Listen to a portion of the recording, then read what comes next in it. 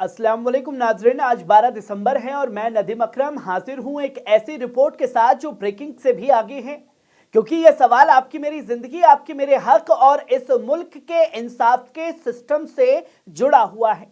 नाजरीन, आज मैं किसी मजहब की नहीं, कानून की बात कर रहा हूं।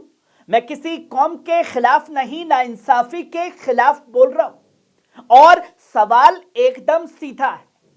एक ही प्रदेश है, एक ही पुलिस है, एक ही अदालतों का ढांचा है, फिर इंसाफ की रफ्तार दो तरीके से क्यों है? कहीं 1 साल में फांसी है और कहीं 10 साल बाद भी फैसला नहीं।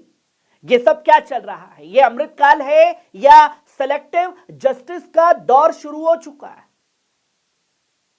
बहराइच केस 1 साल में सजा अदालत ने दोषी ठहराया।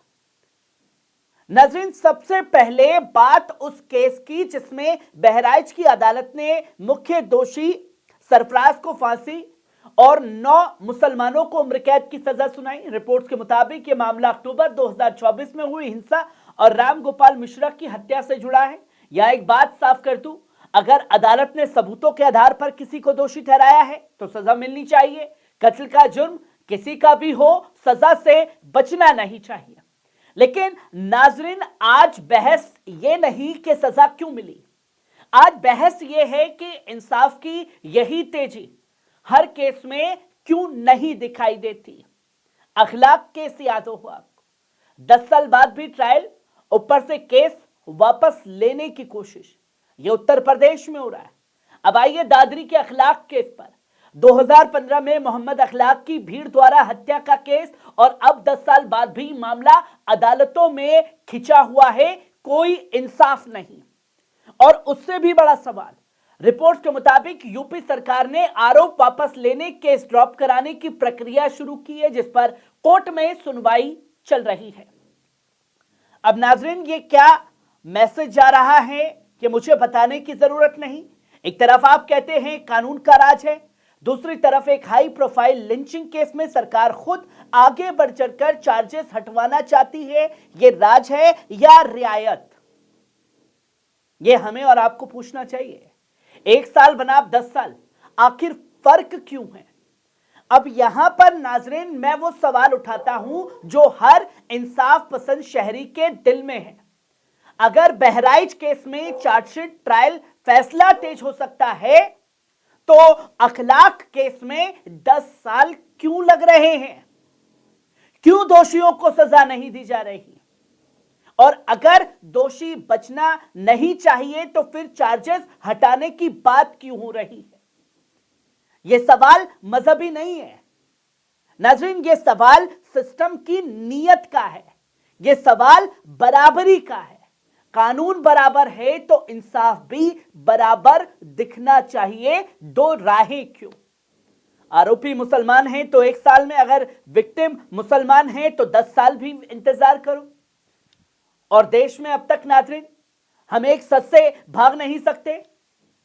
पिछले 12-13 सालों में मॉब लिंचिंग, वायलेंस और लिंचिंग के मामलों ने देश को हिला दिया है और बहुत से मामलों में अफवाह, भीड़, धर्म, गाय, व्हाट्सएप यूनिवर्सिटी, ये सब ट्रिगर बने हैं। ह्यूमन राइट वॉच की रिपोर्ट में काउ फाउंडेशंस नाम पर हुई हिंसा, अल्पसंख्यकों पर हमले और जवाबदेही की कमी पर सख्त चिंता जताई गई है। अब मैं यहां किसी समुदाय को गाली नहीं दे रहा, मैं सिर्फ यह कह रहा हूं कि भीड़ की मानसिकता को रोको, क्योंकि भीड़ का कोई मजहब नहीं होता। भीड़ का मजहब सिर्फ नफरत होता है और उस नफरत के आधार पर किसी शख्स की जान लेना। सजा किसे मिली, किसे नहीं, कुछ बड़े उदाहरण हैं फैक्ट के साथ। आप देखें ये सोर्सेस क्या कहते हैं।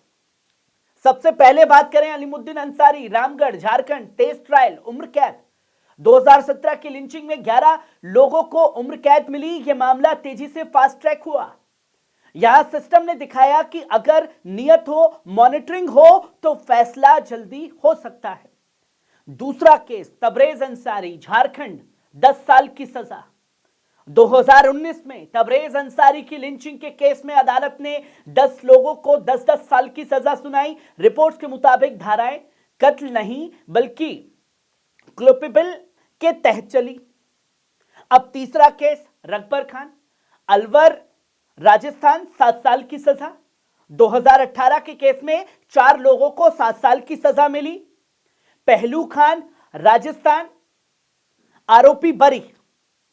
2017 के पहलू खान लिंचिंग केस में निचली अदालत ने आरोपियों को बरी किया, बेनिफिट ऑफ डाउट के आधार पर।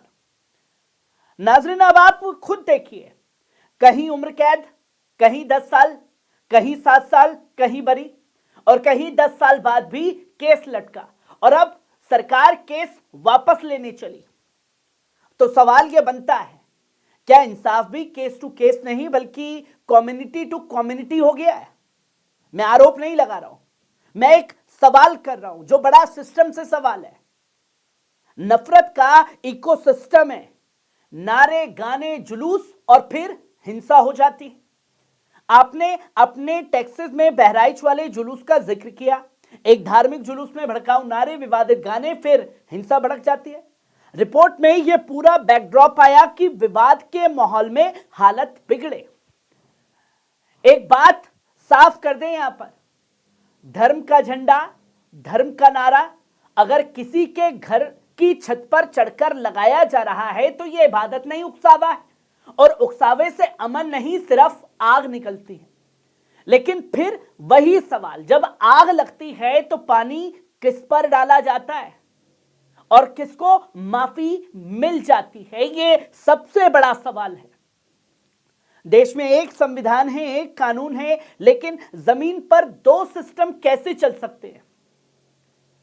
नाज़रीन, संविधान यह कहता है कि बराबरी, कानून कहता है ड्यू प्रोसेस, और अदालतें कहती हैं सबूत। लेकिन जब जनता को यह दिखे कि एक केस में 1 साल में सजा, दूसरे में 10 साल बाद भी इंसाफ नहीं, क्योंकि 1 साल में गोपाल राय है, 10 साल में मोहम्मद अखलाक है, और ऊपर से केस वापस लेने की कोशिश, तो जनता का भरोसा टूटता है। और जब ये भरोसा टूटता है ना नाजरीन, तो भीड़ कानून बनाने की कोशिश करती है, और यही सबसे खतरनाक है देश के लिए जो तस्वीरें लोगों के सामने आ रही हैं। एक तरफ 2027 की तैयारियां भी हैं, या इंसाफ की कीमत पर पॉलिटिक्स हो रही है। ये 2027 के चुनाव की तैयारी है। मैं यहां किसी पार्टी का नाम लेकर फैसला नहीं सुना रहा, लेकिन मैं इतना जरूर कहूंगा कि जब भी इंसाफ पर सियासत का साया पड़ता है, सबसे पहले कुर्बानी संविधान की होती है, और ये वही कुर्बानी है। किसी भी सरकार को ये याद रखना चाहिए, आज आप केस वापस लेते हैं, कल कोई और अचानक केस वापस ले, ये मुल्क रिवेंज पॉलिटिक्स से नहीं, रूल ऑफ लॉ से बचेगा। मेरी 5 मांगे हैं और वो साफ बातें हैं। मैं ये कहना चाहता हूं कि बहुत साफ अंदाज में, लिंचिंग, मॉब वायलेंस के मामलों में फास्ट ट्रैक ट्रायल हो हर केस में, हर पीड़ित के लिए। दूसरी ये कि सरकारें चार्जेस वापस जैसे कदमों पर पब्लिक जवाबदेही दे, किस आधार पर वापस ले। तीसरी ये पुलिस जांच में लापरवाही और साइडिंग पर सख्त एक्शन हो, वरना इंसाफ मर जाता है। चौथी ये कि जुलूस, नारे, गाने, जो भी हेट उकसाव फैलाएं, उस पर वही कानून लगे जो पत्थर फेंकने वालों पर लगता है। पांचवी ये कि मीडिया की भी जिम्मेदारी है, खून की खबर पर टीआरपी नहीं, इंसाफ पर दबाव बनाए, इंसाफ की बात करे, जिसकी तस्वीरें देश में जाए और देश में एक एकता, जागरूकता फैले। नाज़रीन, आज मैंने एक बात साबित नहीं, एक बात पूछी है, क्या इस मुल्क में इंसाफ सबके लिए बराबर है? अगर जवाब हां है, तो फिर अखलाक के घर को भी वही इंसाफ चाहिए जो बहराइच के घर को मिला है। और अगर जवाब नहीं है, तो याद रखिए नाज़रीन, 2 कानून वाला मुल्क एक दिन 2 हिस्सों में बंट जाता है। कम से कम जहनों में कोई इस बात का गलत मतलब ना निकाल ले। मैं आपका दोस्त नदीम अकरम आपसे सिर्फ इतना कहूंगा कि नफरत से नहीं, इंसाफ से मुल्क चलता है। और इंसाफ अगर सेलेक्टिव हो जाए तो फिर वो इंसाफ नहीं रहता, वो इंतखाब बन जाता है, जिसकी तस्वीरें लोगों के सामने आती हैं। कैसी लगी खबर? कमेंट बॉक्स में आकर के अपनी राय जरूर दीजिएगा। शुक्रिया।